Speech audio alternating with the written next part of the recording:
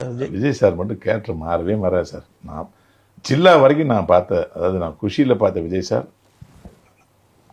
பல வருடங்கள் கடந்து ஜில்லாவில் பார்க்குறேன். 1% கூட கேரக்டர் மாறல. அதை நான் உணர்ந்தேன். இண்டஸ்ட்ரியில் நான் பார்த்த ரொம்ப சில ஹீரோக்களில் விஜய் சார் வந்து ஜென்யூன், ஓப்பனாக சொல்லணும். சொன்ன சொல், சொன்ன வார்த்தை எதுவுமே ஒரு மாறாத ஒரு ஆள்.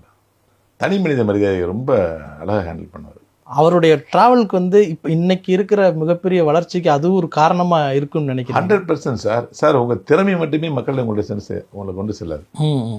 திறமையோடு சேர்ந்த நற்பண்புகள் தான் இந்த துறை, சினிமா துறை இல்லை சார், எந்த துறையிலுமே உங்களுடைய வளர்ச்சிங்கிறது உங்கள் திறமையின் அடிப்படையில் மட்டுமே வராது. திறமையோடு சேர்ந்த ஒரு அகமாக வருதுன்னா அந்த வளர்ச்சி கம்மியாக தான் இருக்கும். திறமையோடு சேர்ந்த அன்பும் திறமையோடு சேர்ந்த அர்ப்பணிப்பும் இருந்தால் அவங்கள வந்து நீங்கள் வெல்லவே முடியாது. அந்த மாதிரி ஒரு அவர் குறை சொல்ல முடியாது சார். நம்ம அவ்வளோ தூரம் பெர்ஃபெக்டான விஜய் சார்.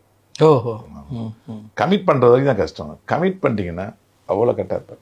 என்ன கூட கேட்டார், நான் கூட மொட்டை அடிச்சு உட்காந்தேன் அந்த படத்தில், நம்மளை எங்கே கண்டுபிடிக்கப்படுறாரு அப்படின்னு. நேராக வந்து நான் இந்த பக்கம் திரும்பி உட்காந்தேன். அப்படியே தோலில் வந்தார். ஒரு தோலை அமுக்குனார். என்ன ரவி மரியான்னா சௌக்கியமா அப்படின்னாரு. நான் ஒன்று என்னண்ணா மொட்டை அடிச்சு எப்படி கண்டுபிடிச்சிங்கன்னா, 4 முடி எடுத்தால் உங்களுக்கு தெரியாதா?